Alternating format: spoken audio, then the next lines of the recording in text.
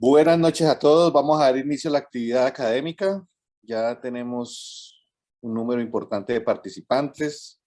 El día de hoy nos acompañan los amigos de Lima, de Perú, el doctor Renato Moreno, anestesiólogo especialista en anestesia obstétrica. Tuvimos la oportunidad de compartir hace unos meses en el Congreso Nacional de Residentes. También veo a Joana, veo a la doctora Carol, veo a varios amigos de Perú, qué chévere que estén con nosotros. También veo también algunos amigos de México que también están por acá, que rotaron por acá con nosotros. Muy chévere. Si quieres podemos compartir pantalla. Listo, Renato. claro Si que quieres sí. compartir pantalla, ya te di la opción. Ok. ¿Me confirman, por favor, si se ve bien y si se me escucha bien? Te escucha perfecto. Ponla en modo presentación que la tienes en modo edición. Listo. Quedamos de que inicialmente Renato nos iba a revisar este tema y posteriormente uno de nosotros, de pronto Germán o Javier o mi persona, haremos una revisión en el siguiente mes también enfocado en analgesia obstétrica. Aquí te Excelente. cuento que aquí tenemos pues, a todos los residentes de la Universidad del Valle, son 18 en total, están con nosotros, también están los estudiantes de pregrado que están rotando y varios de los profesores del departamento. Nuevamente, Renato, muchas gracias por estar acá acompañándonos. Muchas gracias. Y todo tuyo el micrófono. Les agradezco la invitación. Mucho gusto a todos. También tenemos a residentes del Instituto Nacional Materno Perinatal, que es donde yo trabajo, y también algunos colegas de Lima y de otros lugares. Para empezar rápidamente, yo les quería traer un poquito sobre el enfoque y manejo de analgesia neuroaxial insuficiente o fallida, que es un punto que a veces no nos gusta a los anestesiólogos, pues cuando la epidural para analgesia de parto o la combinada pues no surte los efectos que nosotros queremos, y tenemos pues a la paciente ahí quejumbrosa, pero vamos a ver que esto va un poquito más allá de que la paciente esté quejumbrosa y que puede tener algunas consecuencias, algunas repercusiones. Entonces, esta es una presentación que hice para CLASA en el 2019 en Argentina, y una de las primeras cosas que tenemos que preguntarnos es cómo definimos una analgesia de parto que fue fallida o que es fallida. Pues porque si no tenemos una definición adecuada, no vamos a poder tener pues, una incidencia real y no vamos a poder eh, aproximarnos adecuadamente a ella, ¿no? Entonces, dependiendo de las definiciones, en realidad en el transcurso del tiempo ha habido diferentes incidencias de analgesia neuroaxial fallida. Pitch en el 1998 la define como una falla o abandono en la inserción o la necesidad de reinsertar un catéter epidural, y con esta definición tiene más o menos una incidencia del 8.8%. PAN en el 2004 pues la define como una falta de analgesia o una inserción intravascular o una migración de la punta del catéter o una punción dural. Obviamente, si se dan cuenta, es una definición un poco más amplia, entonces consigue una incidencia mayor alrededor del 12%. GES, ya en el 2001, pues la define como 3 o más episodios de dolor irruptivo, entendiendo dolor irruptivo pues como una analgesia ya instalada de forma adecuada, pues, pero que presenta dolor episódico o irruptivo durante este mismo, no encuentra una incidencia del 12%. Y Agaram en 2009 la definió como una inserción dificultosa del catéter o con más de 2 intentos. Y encuentra una definición, perdón, una incidencia del 8 al 10% más o menos. Pero en relación a todas estas definiciones, en relación pues, a la heterogeneidad de las mismas, en el 2013 en Kingston, en el Reino Unido, se hace una revisión de eso, una incidencia perdón, una estandarización de estas definiciones usando el método Delphi. El método Delphi básicamente, o el método Delphi básicamente es pues cuestionarios repetitivos en varias rondas, ¿no? Sobre todo pues cuestionarios de expertos. Entonces eh, se definió la analgesia fallida con cuatro definiciones. Cualquiera de las cuatro puede caer dentro de este síndrome o de esta definición grande. Uno, la falta de alivio del dolor adecuado después de 45 minutos del inicio de la colocación de la epidural. Es decir, desde el inicio del procedimiento, es una epidural o es una combinada. Si después de 45 minutos que inicies el procedimiento, que inicies el lavado pues, de la zona de punción, no hay un control adecuado del dolor, pues un control adecuado del dolor para este tipo de pacientes es que tenga una escala numérica verbal menor de 4, o sea, 0, 1, 2 o 3, en una escala de pues, 0 a 10. Segundo, que hay una punción dural durante el procedimiento. La punción dural pues, se entra dentro de la definición de analgesia fallida, que haya la necesidad de recolocar el catéter o abandono de la técnica, pues no le pudo poner, no le podía poner, o ha tenido que recolocar el catéter, o que en los cuestionarios de satisfacción materna posteriores, generalmente de 12 a 24 horas, haya pues ratios elevados de insatisfacción materna. Entonces, cualquiera de estos cuatro conceptos entra dentro de la definición de analgesia neuroacción fallida, y con eso más o menos se encuentra una incidencia del 23%, que no es baja si se pueden a pensar pues, en todas las técnicas que se colocan, ¿verdad? Entonces, hay algo importante que tienen que recordar, que si bien es cierto, pues la analgesia neuraxial es la técnica más efectiva para aliviar el dolor de parto, pues es la que calma mejor el dolor en relación a todas las técnicas que hay, entre las técnicas, pues, pasando por el óxido nitroso, pasando por el remifentanilo, siempre la analgesia neuraxial es la más efectiva. Y no solamente es un término de calidad en analgesia de parto, en anestesia obstétrica, sino que disminuye complicaciones materno-fetales. ¿Cómo así? Hay que recordar que un catéter epidural de analgesia bien colocado y funcionante es la vía más rápida en el caso de pues, que el parto se convierte en una cesárea, ¿verdad? Generalmente por motivos de pérdida del bienestar fetal, ¿no? Entonces, esa vía, ese catéter epidural bien colocado y que esté funcionante, pues nos habla de muchas cosas, pero ese es el punto, que esté funcionante. Entonces, un catéter, si bien es cierto, la analgesia de parto es un método de calidad, es un indicador de calidad, también es un indicador de seguridad. Si ese catéter epidural está no funcionante, pues aumenta los riesgos de ¿qué? Intoxicación, de bloqueo alto y de incidencia de anestesia general. Vamos a ver que la anestesia general necesaria es un marcador también de calidad de los servicios anestésicos de anestesia obstétrica y tiene algunos parámetros. Entonces, uno de los primeros objetivos de esta charla es que un catéter epidural de analgesia de parto que no esté funcionante debe manejarse. ¿Cómo se puede manejar? Podemos reinsertarlo, podemos retirarlo, podemos usar otro tipo de técnica, pero no se puede quedar ahí, ¿no? Simplemente porque pues ya, bueno, no lo puede hacer, la paciente quedó con dolor, ese catéter, pues tenemos que hacer algo con ese catéter, ¿no? Y ese es uno de los primeros puntos de aprendizaje de la charla. Pero podemos predecir el futuro, podemos saber qué factores aumentan la falla de la analgesia neuraxial, podemos saber cuáles son. Entonces vamos a tratar de adivinar el futuro y definirlo, ¿no? Siempre en la teoría vamos a encontrar que pues hay factores que se atribuyen a la paciente y hay factores que se atribuyen al operador o a la técnica, ¿no? Los factores que se atribuyen a la paciente, pues siempre se les culpa de todas las pacientes obesas, los reparos anatómicos no visibles, no palpables, o una espalda instrumentada de repente, historia previa de una epidural fallida, poca colaboración de la paciente, porque ¿quién no ha tenido esa paciente que pues parece que estuviera poseída?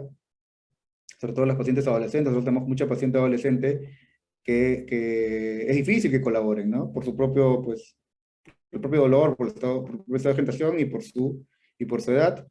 Los trabajos de parto prolongado, dolor durante el procedimiento, dolor incidental, como hemos comentado que los dolores incidentales, pues que la analgesia le dure pues media hora, 40 minutos, después está con otro dolor y no le pasa.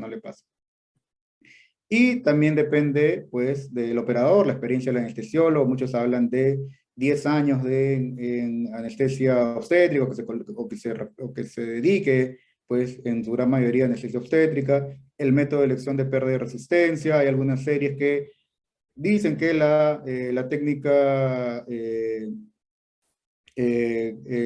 usando salino, la técnica continua usando salino tiene menor índice de complicaciones, sobre todo porque la efectividad salino versus aire es casi similar, pero las técnicas usando salino, algunas revisiones tienen menor índice de complicaciones. El diseño del catéter epidural es importante, sobre todo la tasa de falla se asocia a catéteres monoorificio. Los catéteres ciegos multiorificio con 3 orificios, tanto distal, medial y proximal, son los mejores porque el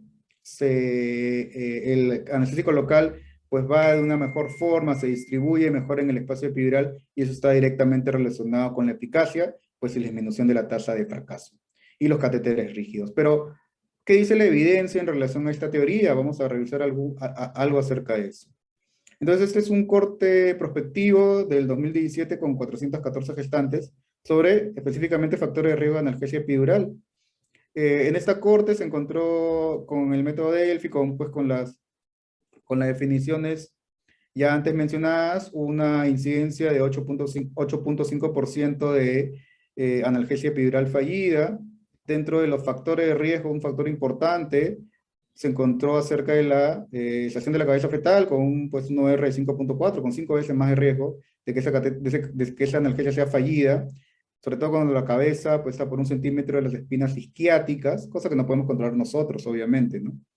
También el uso de acentuación con oxitocina se vio un riesgo mayor, hasta de 2 veces, de que esta analgesia pueda fallar, pero hay algo que sí nos atañe específicamente a nosotros como operadores y es la experiencia del anestesiólogo.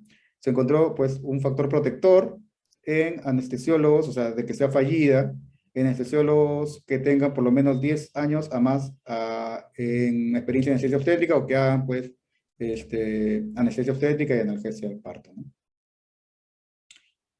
Esta es una revisión con un número importante de pacientes, un análisis retrospectivo de casi 20.000 gestantes, en donde se comparan índice de falla y complicaciones tanto en analgesia de parto como en anestesia obstétrica, este es específicamente de analgesia, comparando técnica epidural con técnica combinada. Si hablamos de porcentaje de analgesia fallida, en esta revisión encontramos un 14% de epidural y un 10% de la técnica combinada. Estamos hablando específicamente de analgesia y trabajo de parto.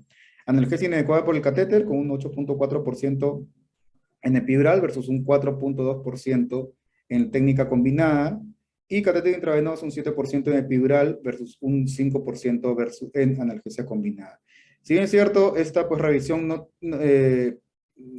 tiene...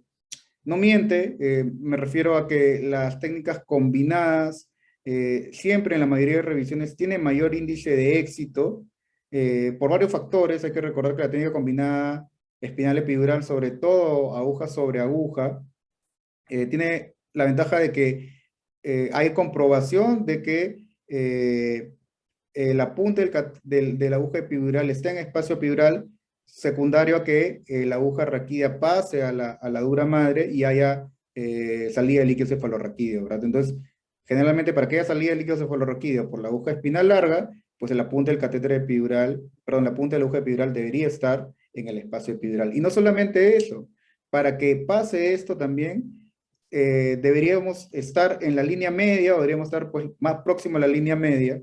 Entonces esto nos indica que no solamente la punta de la aguja epidural está en el espacio epidural, sino que está en la línea media del espacio epidural. Lateralizar para uno de los lados la aguja epidural nos lleva a mayor índice de fallas. ¿Por qué? Porque nos puede llevar, hay que recordar que los vasos epidurales están siempre a los lados, hay pues mayor incidencia de catéter vascular que con las técnicas o con las dosis analgésicas actuales, que son bajas concentraciones, en realidad no vamos a encontrar pues un cuadro florido de intoxicación por anestésicos locales, pero sí falta de analgesia. La paciente no le va a tener analgesia y eso se traduce como falla. Al final el problema de eso es que cuando pasa a sala de operaciones y le ponemos dosis anestésicas más concentradas, y pues se va la intoxicación, ¿no?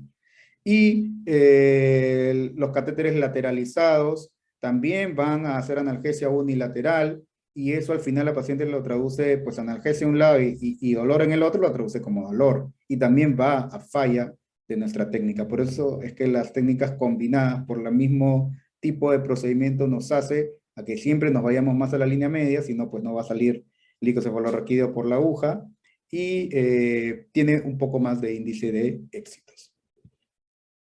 Y ahora, si hablamos de catéter, ¿cuál es la recomendación de fijación o de dejar el catéter cuando hacemos una técnica, pues ya sea combinada o epidural? Esta es una revisión interesante del 2013 en donde se vio 1521 epidurales y se comparaba eso, más o menos, cuáles los factores que hacen que falle este catéter, ¿no? Si comparamos menos de 3 centímetros versus más de 7 centímetros de donde hemos encontrado el espacio epidural, versus 5 a 6 centímetros, que es la recomendación habitual, vemos que el riesgo de falla aumenta, ¿no? Con un R 1.37 y un riesgo relativo de 1.27. Si comparamos de 3 a 5 versus 5 a 6, vemos que siempre, pues dejarlo muy afuera también tiene un factor de riesgo importante. Y si lo dejamos muy adentro, se lateraliza y se va a un vasito, también tiene un factor de riesgo importante. Entonces la recomendación básica en muchas series, en mucha evidencia, dejar el catéter de 5 a 6 centímetros de donde hemos encontrado el espacio epidural. Por ejemplo, en este caso, digamos que este es un epidural de 9 centímetros. Entonces, 8, 7, 6, 5, 4. Hemos encontrado el espacio epidural a 4 centímetros y dejamos el catéter 5 centímetros de donde hemos encontrado el espacio epidural, o sea, es decir, lo dejamos en 9 centímetros. Si la paciente es obesa, podemos aumentar 1 centímetro más por el panículo adiposo, ya no lo dejamos en 9, sino lo dejamos en 10 centímetros, ¿verdad? Entonces, esa es la recomendación más o menos del tema de los catéteres. Pero si fallamos, ¿podemos hacer algo? Bueno, sí. Este es un algoritmo muy interesante de la doctora Emilia Gauch, que pues, es una colega que publica mucho, sobre todo en temas de analgesia de parto. Entonces, ese es un algoritmo para, pues, si hemos fallado, ¿no? Digamos, nuestra técnica ha caído en alguno de esos 4 recuadros de falla de la técnica, ¿no? Ya sea epidural o ya sea combinada. Si ha habido una falla, digamos, habíamos acordado que era, pues, que no se presentaba alivio del dolor entre los 30 y 45 minutos de iniciada la técnica, vamos a ver si no hay ninguna analgesia, es decir, no le calmó nada, o incluso a veces le duele más porque ya ha pasado, pues, 30 minutos, ha aumentado el trabajo de parto, toca recolocar el catéter. Ese catéter no hay que dejarlo ahí. ¿Por qué? Pues lo mejor que te puede pasar es que no has llegado al espacio epidural y esté pues, en su lazo cutáneo. Pero puede ser que esté en un vasito. Y hay el riesgo de intoxicación posterior si pasa anestesia paralizaria. Y cuando lo recolocas, la recomendación es, pues ya no, si le has puesto una epidural, no le pongas una epidural, una segunda epidural, sino inicia con una combinada espinal epidural. Uno, porque tiene pues, un tiempo de latencia menor, pues son 3 a 5 minutos versus 10 a 12 minutos del epidural, y tiene mayor índice de éxito, ¿verdad? Como que se lo debes a la paciente.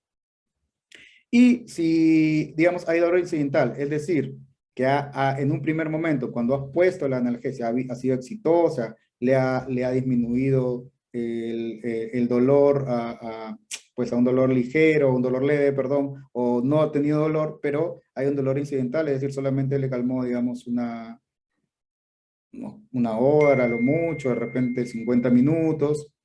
La recomendación es ponerle un bolo previa aspiración, ¿verdad? Previa aspiración por el catéter, colocarle un bolo. Si está lateralizado, digamos, eh, tienes que hacer una medición del nivel sensitivo, ya sea pues con frío, o con pinprick, o con toque ligero. Si ves que está lateralizado solamente una pierna, de repente, o un lado, la recomendación es retirar 1 centímetro y colocar otro bolo. Si el nivel analgésico es bajo, es decir, tiene nivel analgésico, pero pues está todavía bajo, por eso tiene un dolor incidental, se puede poner otro bolo en relación a volumen y bajas concentraciones. Generalmente las concentraciones que se usan en analgesia de parto, si usamos bolos, es alrededor del 0.1, si usamos bupivacaína con fentanilo, ¿no? Podemos usar esas concentraciones al 0.1. Y si el dolor está parchado, es en parches, hay que pensar que puede haber sido un tema subdural, que puede una punción subdural, y hay que pensar en recolocar el catéter, ¿verdad? Con una técnica combinada.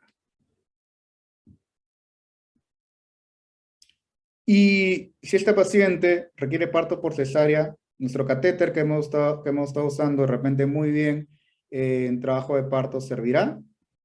Entonces, esto es un metaanálisis y una revisión sistemática específicamente de lo que estamos hablando, es decir, qué factores de riesgo o qué situaciones se identificaron como riesgo cuando se pasa a estas pacientes de analgesia de parto, ¿verdad?, a una técnica de cesárea. Generalmente la mayoría de estos casos se da por pérdida del bienestar fetal, ¿no?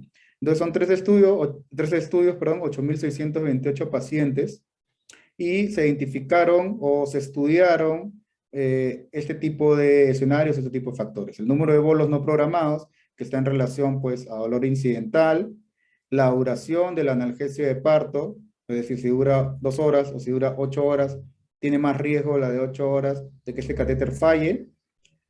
Como habíamos comentado, si hemos iniciado con una epidural o hemos iniciado con una combinada, tiene mayor incidencia la epidural que falle.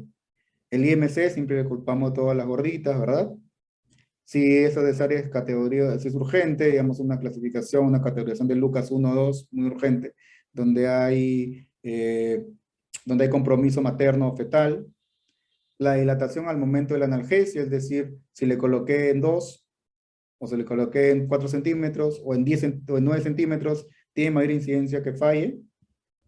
Y si el anestesiólogo pues no hace mucha anestesia obstétrica o analgesia de parto, tiene más incidencia que falle. Entonces, todo esto, ¿cuáles creen ustedes? Esto se hace muy bonito cuando lo hacemos presencial, pero, digamos, la duración de cuánto dura en realidad no se encontró como factor de riesgo para que falle, tampoco a pesar de las revisiones de las combinadas que tienen mejor incidencia, mejor tasa de éxito tampoco se encontró, el IMC tampoco se encontró como factor de riesgo y la dilatación, pero tampoco se encontró. Igualito, el número de bolos no programados, es decir, que esta paciente no le calma el dolor, a pesar de que se le coloca 1, 2, 3 bolos, pues tiene pues mayor incidencia de que esta paciente, si va a cesárea, va a fallar ese catéter, y eso hay que reportarlo. La categorización de cesárea de urgencia, es decir, mientras más urgente es, mayor riesgo de que falle este catéter, todo el mundo está apurado, se saltan los pasos, se saltan las dosis de pruebas, etcétera, etcétera. Y también es un factor que falle, y si el anestesiólogo no hace mucho analgesia de partos, no hace mucho anestesia obstétrica, también es un factor de riesgo para que falle. Y si falla el catéter para cesárea, ¿ahora qué? ¿Podemos hacer algo más? Pues sí, ¿no? Entonces, ese es el algoritmo de la misma revisión que hizo la doctora Gauch. Y si hablamos de cesáreas categoría 2 o 3, ¿verdad? Las cesáreas categoría 1 de Lucas son cesáreas en las cuales hay riesgo de pérdida de la vida, de la mamá o del bebito, de ambos. Y en ese momento, si falló tu catéter epidural, la verdad que no hay mucha discusión y va generalmente para anestesia general, ¿no? Este algoritmo es para cesáreas categoría 2 o 3, ¿no? Si tenemos un catéter epidural, ¿verdad? Y si no hay ninguna analgesia, generalmente, como se había comentado, el catéter epidural funcionante de analgesia de parto es la vía más rápida para una anestesia quirúrgica, para una cesárea. Hay que recordar siempre, cuando vamos a hacer una anestesia quirúrgica, ya por un catéter epidural es importante colocar la dosis de prueba de lidocaína al 2%, con epinefrina 1 en 200.000, 3 centímetros, y esperar los síntomas o de intoxicación, entre los 15 a 20 segundos, aplicarle a la paciente, o de bloqueo espinal, pues que se le explican. Una vez pasado eso, podemos topiarle a la paciente, y si esto, como habíamos comentado, no funciona, no hay ninguna analgesia, ahí las recomendaciones son dos. Ya no le pongas no le pongas una epidural de nuevo, la dosis, si bien es cierto, la dosis no estaba en espacio epidural, le han puesto de repente unos 20 centímetros, 15 centímetros, no sé, colocarle otra epidural con otra dosis siempre tiene riesgo de intoxicar. Entonces hay que pensar en una técnica espinal o una técnica combinada espinal epidural. Una técnica espinal, pues generalmente tiene una alta tasa de éxito. Si no necesitas el catéter, pues es una buena opción, ¿verdad? Una muy buena opción. Pero también hay una posibilidad de fracaso, ¿no? Y ustedes me dirán, pucha, doctor, pero digamos, qué difícil que el catéter pues no te haya funcionado, después le pongas una espinal y también fracasaste. Bueno, ahí tienes que ir a anestesia general ya, pero ¿por qué este fracaso? Acá hay un punto importante que de repente a los residentes que recién están comenzando en este tipo de escenarios, pues los puede confundir cuando colocas la aguja espinal y tienes retorno de líquido y tú piensas que es el líquido cefalorraquídeo, pero en algunas ocasiones este líquido es pues parte del anestésico local que hemos usado o en analgesia o cuando hemos hecho el top-up de la técnica epidural. Entonces ahí importante para reconocer es usar pues soluciones hiperbáricas, bupi hiperbárica, bupi pesada y ver la diferencia de varicidad y con eso, digamos, tienes una mayor certeza que es líquido cefalorraquídeo, ¿no? Si es una combinada, tienes éxito, va muy bien, pues si tienes fracaso para anestesia general, y si el bloqueo es incompleto, es decir, pues te ha quedado un poquito bajo, la ventaja de la técnica combinada espinal epidural, que puedes colocarle un polo epidural y subir el nivel. Ahora, si es una analgesia incompleta, digamos, eh, ha estado en analgesia, de trabajo de parto, le ha ido más o menos bien, la primera dosis o el primer bolo fue efectivo, los segundos o terceros bolos de repente no fueron tan efectivos, entonces podemos pues, usar un bolo, un top-up de lidocaína al 2%, habíamos comentado siempre, es importante usar dosis de prueba previo al top-up, y ir fraccionando la dosis de lidocaína, ¿no? Si el bloqueo es exitoso, pues va muy bien, pero si hay un bloqueo incompleto, o si no hay fracaso en el bloqueo, debería ir por una técnica general, ya no debería pues intentar otra epidural o otra técnica neuroaxial. Si el bloqueo es parcial, una opción es ketamina, otra opción es un nuevo epidural, pero yo no recomiendo esto porque pues, por eso lo he puesto en rojo, está en rojo incluso en la misma algoritmo, porque hay un riesgo alto de toxicidad. Eh, y había comentado que el porcentaje de anestesia de cesáreas que haces con anestesia general son indicadores de calidad. Uno de ellos del Royal College, en donde nos habla sobre algunos porcentajes. La recomendación es que de todos tus catéteres que van para anestesia o que se convierten en una cesárea, el 3%, menos del 3% sean con anestesia general. Si va más allá de eso, algo pasa con los catéteres que se está colocando para analgesia de parto. De repente hay que ver que de repente el catéter no es, pues no es multiorificio, de repente algo pasa con la técnica. Entonces hay que ver algo ahí en los procesos. La recomendación para cesárea de emergencia, independientemente tenga catéter o no, es menos del 5%, y para pues, cesáreas programadas es menos del 1% que se deberían hacer con general. Las recomendaciones finales, yo siempre recomiendo esto pues, a los residentes cuando terminan una analgesia de parto, y es que hay que verificar que dos cosas ocurran simultáneamente. Uno, que presente el alivio del dolor, que tenga una escala numérica verbal menor o igual a 3, un dolor leve o no tenga dolor. ¿Eso qué significa? Que pues el anestésico local o la dosis, que ahora se usó dosis muy diluidas, está efectivamente en el espacio epidural, pero también puede estar pues en otras partes, en el espacio espinal. Entonces es importante que o haya habido una pues, cerraje, la dura madre, ¿no? Etcétera, etcétera. Entonces es importante que además de que le calme el dolor, no presente bloqueo motor. Con las concentraciones actuales menores al 0,125, al 0,1, no deberían presentar bloqueo motor. Entonces si estas dos cosas pasan simultáneamente, entonces probablemente nuestro catéter epidural esté bien colocado, hemos colocado una dosis adecuada. Y les había comentado que es importante que todo catéter que no esté funcionante debe ser evaluado y probablemente recolocado. Les agradezco mucho, espero no verlos aburridos y estoy dispuesto pues, a resolver las preguntas que tengan. Muchas gracias, Renato, por tu exposición muy clara y con cosas puntuales. Así es que son buenas las revisiones, ¿no?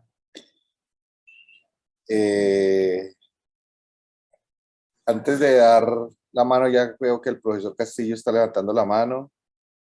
Los residentes, no sé si tengan preguntas. ¿Qué opinas de el ultrasonido como guía o planimetría de la neuroaxial? No necesariamente peridural, sino su aracnoidea. Si lo utilizas de pronto en situaciones de columnas complejas, tú que tienes tanta experiencia y tienes un volumen grande, ¿se le ve que tiene un impacto o antes complica más el procedimiento? ¿Qué opinas tú de eso? Sí, el ultrasonido, pues como con muchos escenarios de anestesia, de medicina general y anestesia, pues es una herramienta más, ¿no? El tema con ultrasonido en ecografía de columna, ultrasonido de columna, que pues lo que se hace mucho es prepunción, ¿verdad? Para identificar, sobre todo la línea media y para identificar eh, algunos marcadores, ¿no? En las pacientes fáciles, o en las pacientes relativamente fáciles que hacemos del día a día, el ultrasonido, la verdad que te demora más, ¿verdad? Te hace que el procedimiento sea más largo. Pero ahí está el punto, y en las pacientes difíciles, que sean obesas, que sean con espalda instrumentada, ahí disminuye el número de intentos y disminuye también el número de complicaciones, y ahí es cuando tiene realmente un verdadero impacto. Digamos, en todas, no, porque pues te va como comento, te va a hacer que se dilate mucho el procedimiento, pero en las pacientes que sí son difíciles, sí te ayuda. Ahora, la ideal es aprender, pues, en pacientes fáciles primero, ¿no? Cuando hay una curva de aprendizaje. Entonces, pues yo recomiendo de repente ver a las pacientes o hacerle ultrasonidos si se hace una curva de aprendizaje a las pacientes porque están en recuperación postanestésica, o digamos que tienes un poco de tiempo, las pacientes programadas, de repente, si tienes el ecógrafo ahí, le puedes empezar a ver, empezar a familiarizarte con las estructuras y después puedes utilizarlo en el momento que se necesite, ¿no? Que es en los pacientes difíciles, sobre todo pacientes obesas. Nosotros tenemos pues, buena cantidad de pacientes obesos. Me imagino que ustedes también. Tú nos contabas cuando estuvimos allá unas prácticas de simulación bien interesantes que hacías. Me gustaría que nos contaras aquí que tenemos varios docentes que son muy apasionados de la simulación, como el doctor Germán, el doctor Benítez, el doctor Vargas. Así es, la simulación pues es una herramienta que ha venido a quedarse, que está quedándose. Ahora, el tema de simuladores para adquirir habilidades prácticas o destrezas prácticas como colocar una epidural o colocar una técnica neuroaxial son caros, no, pues necesita ir reponiéndose cada vez. Entonces lo que hicimos con los residentes, algunos de ellos están por acá, es mandar cortar. Ahora también les mando la foto si quieren mandar a cortar unas columnas de cerdo, unos cerdos pequeños, 40, 30 kilos, y practicar ahí. Algunos son muy similares a una columna. Hay que tener cuidado con eso de que a veces la columna le queda un poquito lejos, entonces no llega a las agujas que usamos normalmente, pero la idea es usar unos cerdos pequeños. Hicimos un armazón, uno de los residentes hizo un armazón para que pues, la columna no esté, para que quede fija y podamos usar la técnica. Se puede usar ultrasonido en esas columnas, podemos punzarlas, podemos pues realizar nuestras prácticas ahí, ¿no? En vez de estar, a veces, como digo, los simuladores a veces son caros y no siempre hay en todos lados. Muchas gracias, Renato. Bueno, profesor Castillo, tiene levantado la mano, puedes hablar. Hola, Mauricio. Hola, profesor. Hola, Buenas hermano. noches. Muchas gracias por la conferencia. Excelente presentación. Sí, me gustaría de pronto hacerle algunas preguntas y de pronto usted nos puede guiar con su experiencia. Es en estas pacientes que usted menciona allí que pueden ser difíciles de colocar el catéter, las pacientes obesas que mencionó, por ejemplo, y que no tengamos mucha seguridad de que estamos ante una analgesia fallida. ¿Qué tanto recomienda usted usar, por ejemplo, remifentanil para complementar la analgesia o para cambiarnos a una analgesia endovenosa? Y segundo, si no se dispone tanto de estas agujas combinadas, entonces Pocano, las agujas para hacer combinadas espinal epidural, ¿qué otras recomendaciones? Y finalmente, la última pregunta que me genera es la parte cuando uno convierte una analgesia a una anestesia para cesárea. Sin el catéter no lo coloqué yo, sino que pues, otra persona lo colocó obviamente y hay como esa duda o pues definitivamente no conozco muy bien qué tanto hay desde la evidencia. Usted nos mostró allí el algoritmo, pero la evidencia que está más a favor en una categoría 2, 3, como usted colocó allí, si me cambio a una técnica espinal en la cual de pronto tengo más confianza o pues tengo como la salida del líquido y puedo verificar que estoy allí, o si insisto en irme por el catéter, así no lo haya colocado y tenga como la duda allí. O sea, desde la evidencia, ¿qué hay más, qué está más a favor? ¿Cambiar la técnica espinal o continuar con el epidural? Desconozco si esté pues, en buen posicionamiento o si haya funcionado adecuadamente, o qué nos recomendaría en ese caso. Muchas gracias. Listo. En relación a la primera pregunta, en estas pacientes, porque son difíciles o no hay una seguridad de que la técnica neuroaxial en general haya sido efectiva, bueno, lo primero siempre es, si no estamos seguros del catéter, es mejor retirarlo, porque no va a inducir a falla.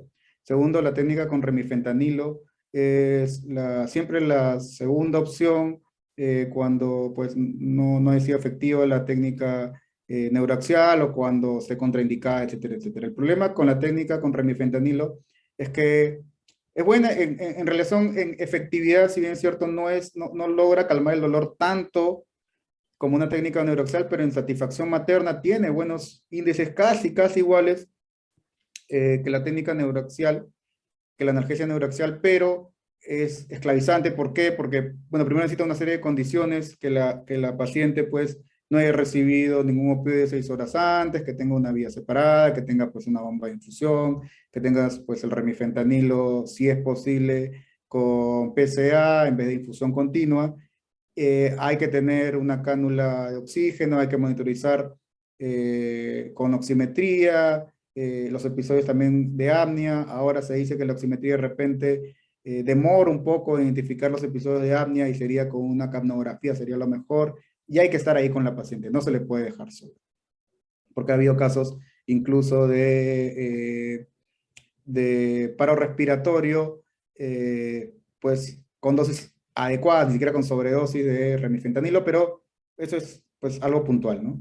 Sí es una buena opción como segunda opción secundaria una técnica neuraxial, pero hay que estar ahí y hay que tener la experiencia de usarlo, ¿no? Hay que tener la experiencia de usarlo. Lo bueno es que remifentanilo pues se metaboliza muy rapidito, tanto en la madre como el feto también. Hay que recordar que el ratio feto-materno de remifentanilo es 0.8, que es alrededor del 80%, o sea, el 80% de lo que le hace la mamá pasa al fetito, pero regresa solamente un 30%.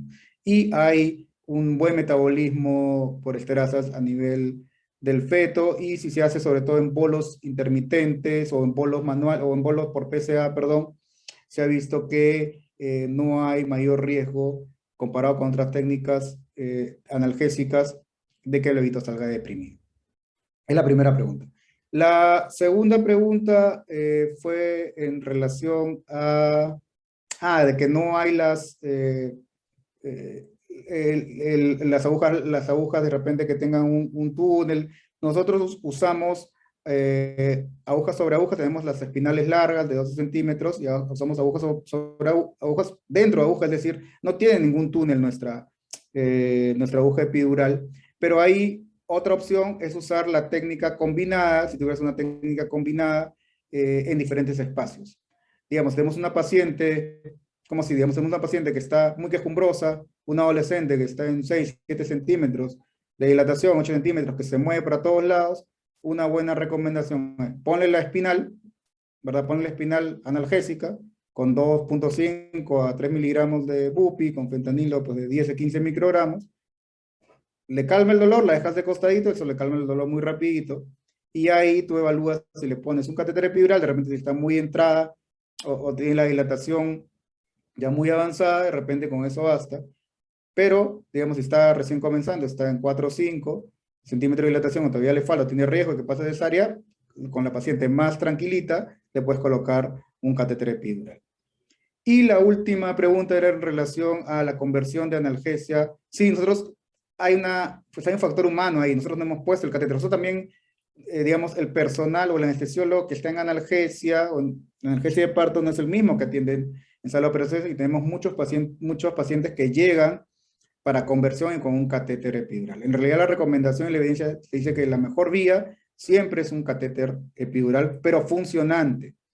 Entonces, ahí la recomendación es usar dosis de prueba, ¿verdad? 3 centímetros para evitar cualquier otro problema y ponerles más o menos 10 centímetros. O sea, completar 10 centímetros de lidocaína al 2% con epinefrina. Con 10 centímetros, la paciente, si viene con dolor sobre todo, pues le va a calmar el dolor y se le van a adormecer las piernas. Con eso más o menos tú tienes una idea de que ese catéter epidural probablemente esté en espacio epidural. Ahora, yo entiendo que cada realidad de cada institución es diferente, que muchos prefieren sacarle el catéter e irte por lo seguro a colocarle una espinal, si uno es muy diestro colocando una espinal. Sí es una segunda opción, pero en realidad la recomendación es que uses el catéter epidural, pero siempre que esté funcionante, es decir, ahí la comunicación es muy importante, porque pues el colega que te entrega al paciente, si sabes que le fue muy bien, le hemos puesto 2 dosis por el catéter, estamos usando bolos intermitentes y está pues con un EVA menor de 4, ¿no?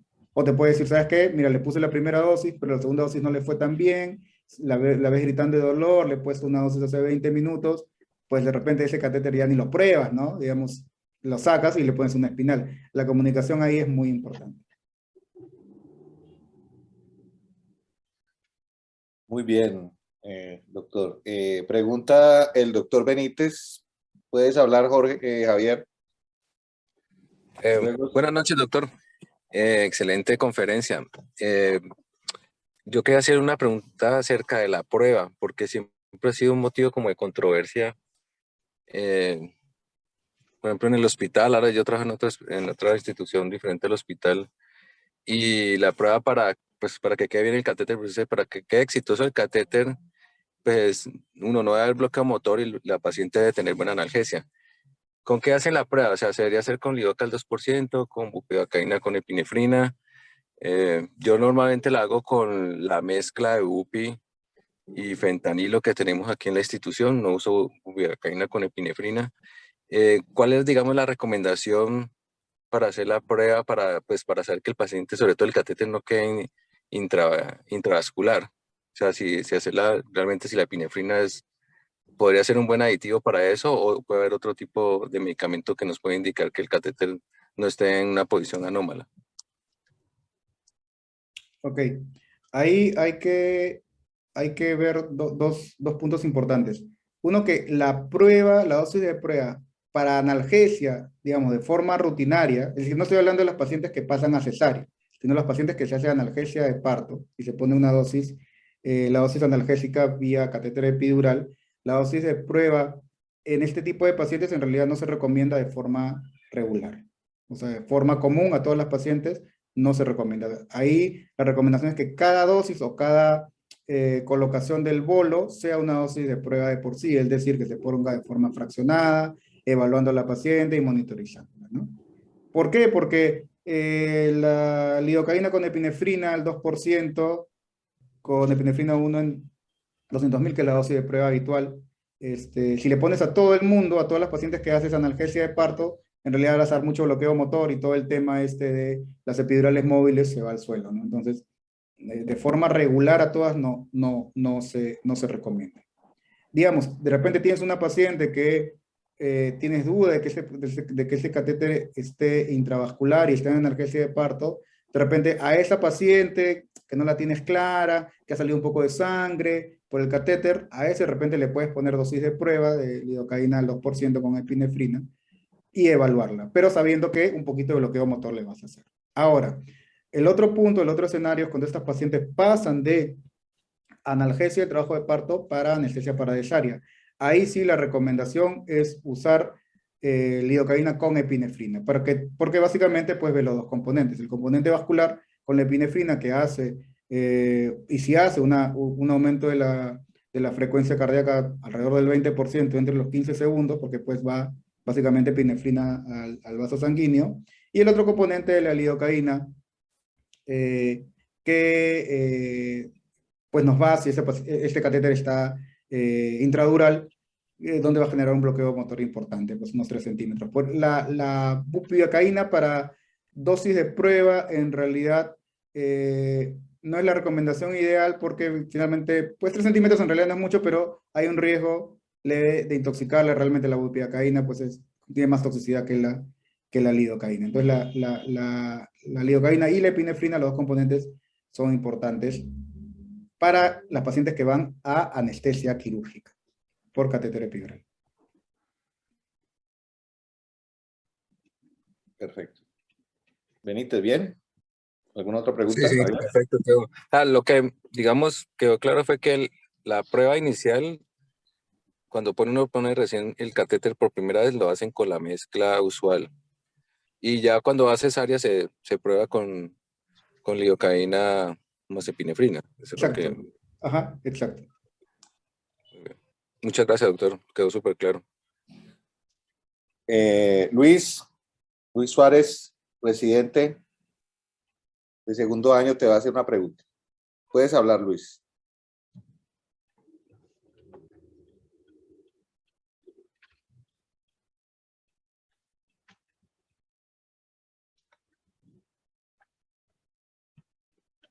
Ya tienes el micrófono.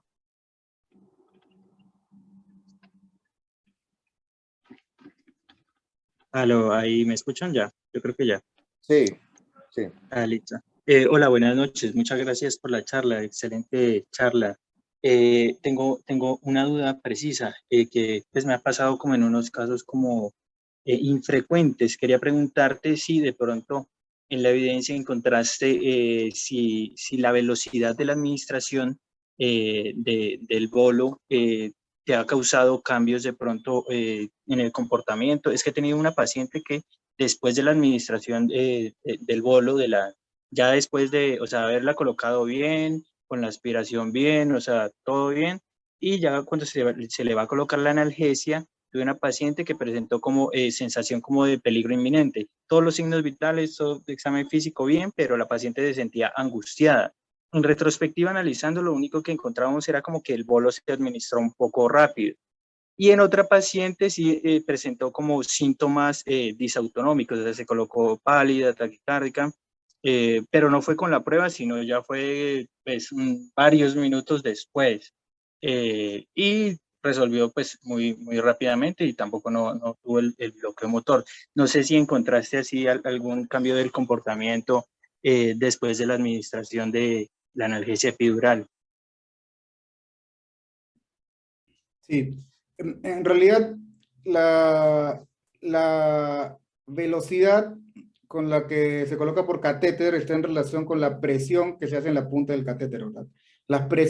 Incluso las mejores presiones, o las presiones que van por encima de 240 milímetros de mercurio en la punta del catéter son beneficiosas. ¿Por qué? Porque generan una extensión más grande, una distribución mejor del anestésico local y por ende una mejor analgesia. Pero ahí hay que ver varios factores, sobre todo en relación a los coadyuvantes que se colocan en analgesia epidural. Se han visto muchos coadyuvantes, clonidina, ketamina, una serie de coadyuvantes que con pues, el fin de mejorar la analgesia, pero muchos de ellos generan efectos adversos que no son deseables, ¿no? Dentro de hipotensión, náuseas y vómitos, se han relacionado algunos cambios de comportamiento, incluso sensación pues, de angustia, etcétera, etcétera. Pero más que todo con el coadyuvante, más que con la velocidad con la que se coloca.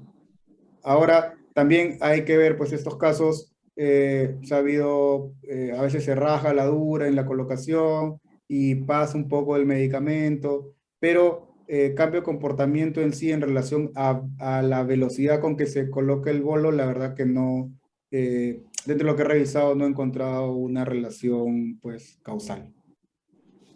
Vale. Sí, no, acá pues utilizamos como la mezcla de Bupi y Confenta. Pero vale, muchas gracias por tu respuesta y excelente conferencia. Muchas gracias. Gracias.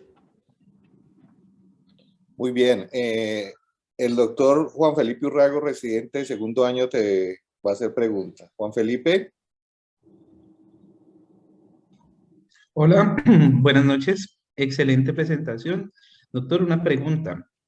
En cuanto a las mezclas que se utilizan, superioridad del uso del opioide con el anestésico local versus usar simplemente anestésico local para la anestesia obstétrica.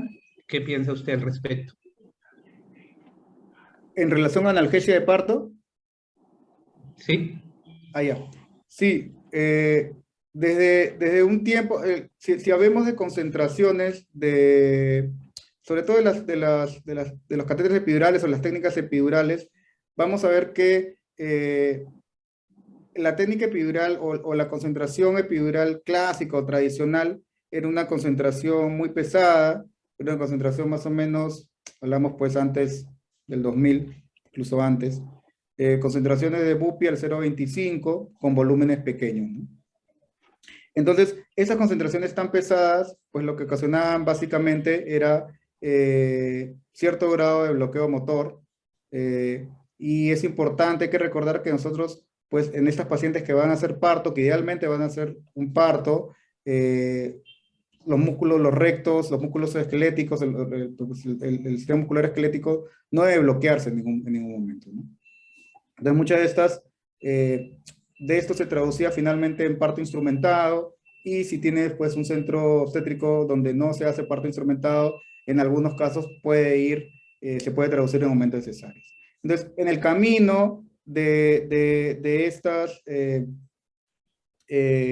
este cambio de concentraciones y con el estudio COMET, donde pues da las nuevas concentraciones de una analgesia epidural moderna, una analgesia epidural móvil, es importante disminuir las concentraciones, pero disminuir las concentraciones del anestésico local para disminuir el porcentaje de bloqueo motor, pero sin perder el nivel analgésico. O sea, que a la paciente pues no le tiene que doler tampoco, ¿no? Pues hacerlo muy diluido, pero si la paciente le empieza a doler, pues no está cumpliendo con el fin de la analgesia. Entonces, en ese sentido, se añade los opioides liposolubles, y eso es lo que le da, digamos, le permite bajar concentraciones hasta tan bajitas que, si hablamos de los intermitentes programados del 0.0625, añadido el opioide le da la fuerza o le da la capacidad de que le calme el dolor y poder usar anestésico local a bajas concentraciones. Ese es básicamente el beneficio de añadirle el opioide liposoluble.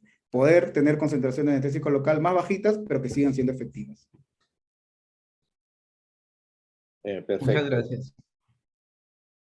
Hay una pregunta de Francisco Javier Sosa. Solicitar. Ya tienes activo el audio, Francisco. ¿Qué tal? Buenas noches. Soy residente del segundo año de la Universidad Autónoma de Puebla, aquí en México. Me da, pues, primero felicitarlo, la práctica estuvo muy interesante, muy buena. Y mi pregunta aquí sería, en un paciente del cual se administra una técnica neuroaxial, pues mixta, combinada, en el cual el bloqueo espinal quedó adecuado, pero se requiere una dosis anestésica peridural subsecuente, ¿qué dosis de prueba sería segura, teniendo en cuenta que probablemente nuestro catéter, ya sea de manera advertida o inadvertida, pudo haber quedado de forma continua en el espacio subaracnoideo, para pues no tener efectos ya sea más tóxicos o que el bloqueo pueda difundir todavía más a metámeras más altas, dado que vamos a administrar con epinefrina y la lidocaína directamente en el encéfalo raquídeo? Ya. Hay que recordar que pues, una técnica combinada en realidad no debería dar más incidencia ni de punción de dura, ni de que este catéter, digamos, en una técnica combinada te tendrías que dar cuenta que este catéter está en raquídeo, ¿no? Digamos que migre el catéter, que migre un catéter epidural número 20 y 18 por un agujero hecho por una aguja espinal número 27-25, se ha visto incluso en cadáveres que es casi imposible. O sea, porque le has perforado la dura con una combinada, con una aguja espinal, y para que el catéter migre por ese huequito, en realidad es muy difícil. O sea, no tiene más riesgo que pues una epidural tradicional, ¿verdad? Igualito, puedes perforarle, puedes poner el catéter raquídeo, si no te has dado cuenta, puede ser, sí, pero con la epidural no con la aguja espinal. Dicho esto, en realidad la concentración y la dosis igualito sigue siendo 3 centímetros cúbicos de lidocaína ya con esos 3 centímetros ya tienes, si está a nivel raquídeo, ya tienes anestesia para cesárea, probablemente ya tengas un T4 para una anestesia obviamente no le va a durar mucho, pero ya estás listo para operar. En realidad la recomendación no es diferente. Muy bien. Diana Carreño, residente de primer año, te va a hacer una pregunta. Ya puedes Ya. hablar. Doctor, buenas noches. Bueno, gracias por la charla.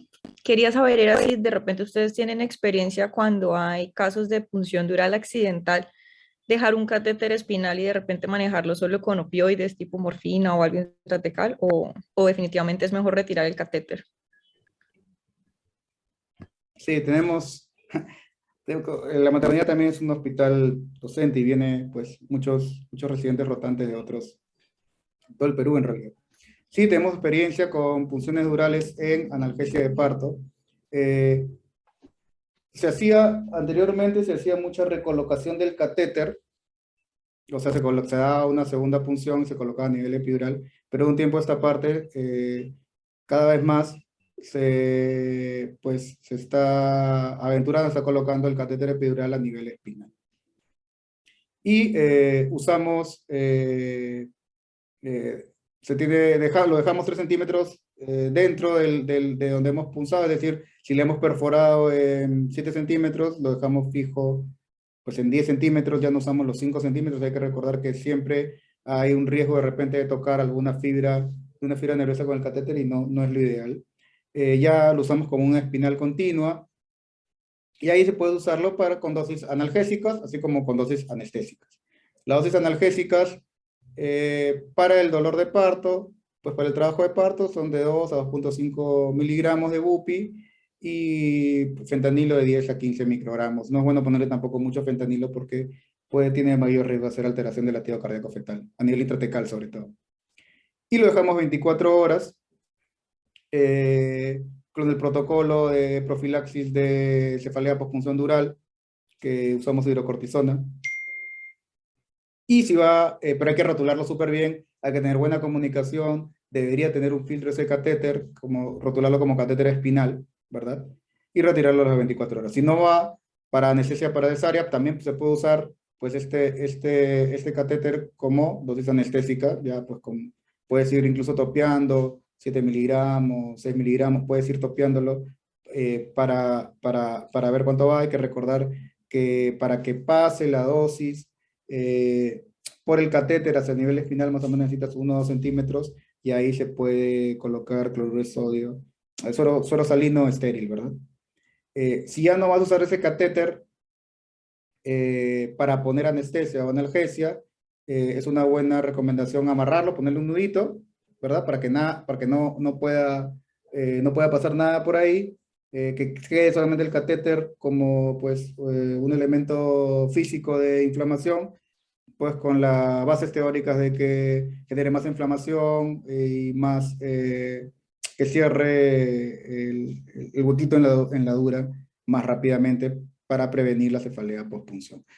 De los que hemos tenido, digamos, la mayoría sí no ha hecho cefalea postpunción, pero en verdad nos falta un estudio grande para compararlos con los pacientes que no dejamos catéter, ¿no? Entonces, eso sería una buena opción. Pero sí usamos. Y sí lo dejamos 24 horas por lo menos. Muy bien. Angélica Paredes, residente de primer año, te va a hacer una pregunta. Ya tienes activo el micrófono, Angélica. Gracias, profe. Muchas gracias, doctor, por su exposición. En el orden de ideas de la punción dural, me genera duda. Usted mencionaba que para saber si el líquido que está retornando es anestésico local versus líquido cefalorraquídeo, se podía hacer la prueba con anestésico local hiperbárico para ver pues la diferencia como de las, si hay de pronto diferencia como en la variedad, de pronto como La un obesidad, retorno. exacto. Ajá, yo tenía la pregunta, era que en algún momento leí que se podía hacer glucometría, puesto que el líquido cefalorraquídeo pues tiene una glucometría que no tiene el anestésico local. isobárico, pero me generaba duda si de pronto ha sido traumática. O sea, ¿qué tan confiable es hacer una glucometría para identificar qué es líquido cefalorraquídeo o no? Si puede ser, digamos, traumático el procedimiento y puede ser, pues la sangre también tiene una glucometría. Sí, claro, pero estas pues, recomendaciones se dan sobre todo para, para trabajo de investigación o para algunos protocolos, ¿no? En verdad, en la práctica, la verdad que nosotros pues no, es poco práctico, ¿no? No lo usamos. Sí, obviamente si es traumático va a haber un cierto tipo de sesgo, pero en realidad tampoco no es tan importante. Más que nosotros no lo hacemos porque pues no es práctico. Nosotros usamos mucha bupivacaína hiperbárica y ahí se puede ver rápidamente la diferencia de varicidad, ¿no? Nos ha pasado, sí ha pasado, que pues sale líquido y le hemos colocado, pues con los residentes sobre todo pues, que están empezando y no han tenido ese cuidado, y después, pero ¿por qué no le pegó? No sé, yo vi que salió líquido, yo vi que salió líquido, pero puede ser, acuérdate que ese espacio epidural, dependiendo de cuántas veces le has puesto el epidural o si le has puesto bolos, y hace cuánto tiempo, pues tiene líquido, tiene anestésico local, ¿no? Si usas una solución isobárica, a veces no te vas a dar cuenta, ¿no? Si es una solución hiperbárica, sí, puedes hacerlo fácilmente y en el mismo procedimiento y no pierdes mucho tiempo. Última pregunta ya, Renato, para terminar, de la doctora Susana Álvarez. Susana, puedes hablar. Buenas noches, doctor. Quería preguntarle si cuando uno decide, por ejemplo, hacer ¿sí me escuchan? Sí, una anestesia epidural, ¿cierto? Si hay diferencias entre que uno administre la primera dosis del anestésico local directamente a través de la aguja epidural y después pasar el catéter, sobre todo pues como para evitar disminuir la latencia y disminuir también pues como la anestesia en parches, a veces por migración del catéter. Ok, sí. La recomendación es, acuérdate que si estamos hablando de anestesia, por lo menos, digamos, anestesia epidural, las concentraciones que se usan de anestésico local son grandes, ¿verdad?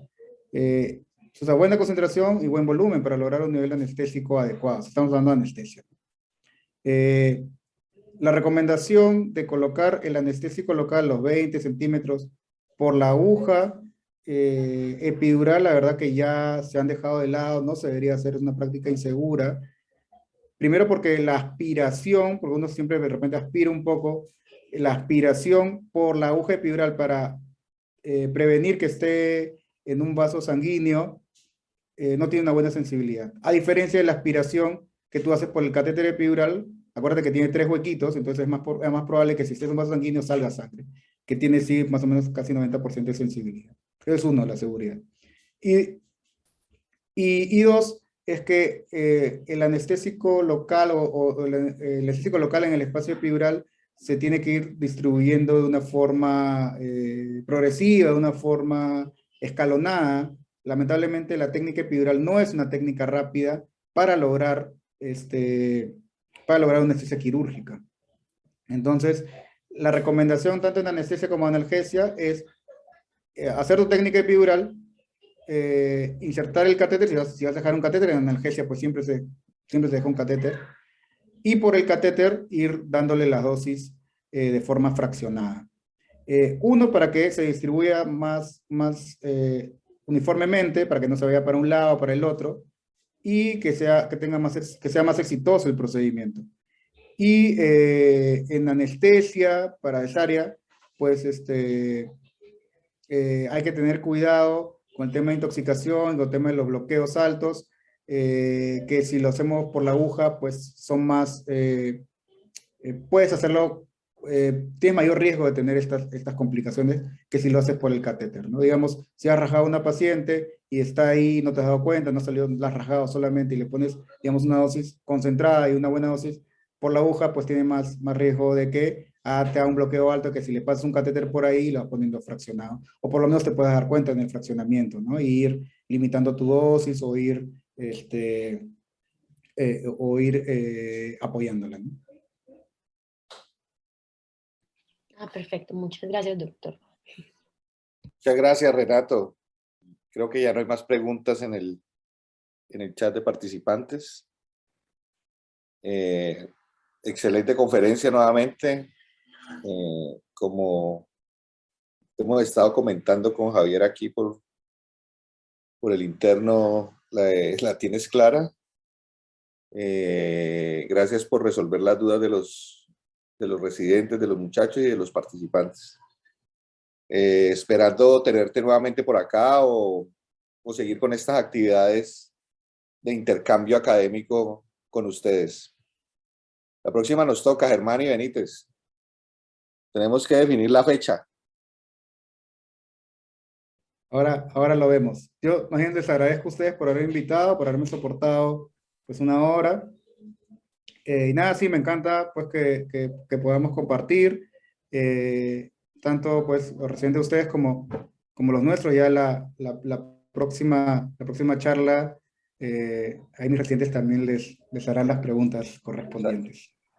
Ellos quedaron muy contentos por tus respuestas muy claras y concisas y precisas, como estos temas lo ameritan, ¿no? Sí, qué bueno, qué bueno. La charla queda en el canal en los canales de la universidad disponible. Te mandaré el link. Y nada, muchas gracias. Los esperamos. Mañana tenemos, acuérdense, actividad académica presencial a las 7. El tema a cargo de la doctora Susana, líquidos en cirugía abdominal mayor, evidencia actual. Y nada, que estén muy bien. Muchas gracias nuevamente, Renato, todos los compañeros del Perú, Joana, Carol, los compañeros de México, los residentes de Renato y los residentes de México también, que por aquí vi a varios por acá. Que estén muy bien. Gracias. Hasta luego.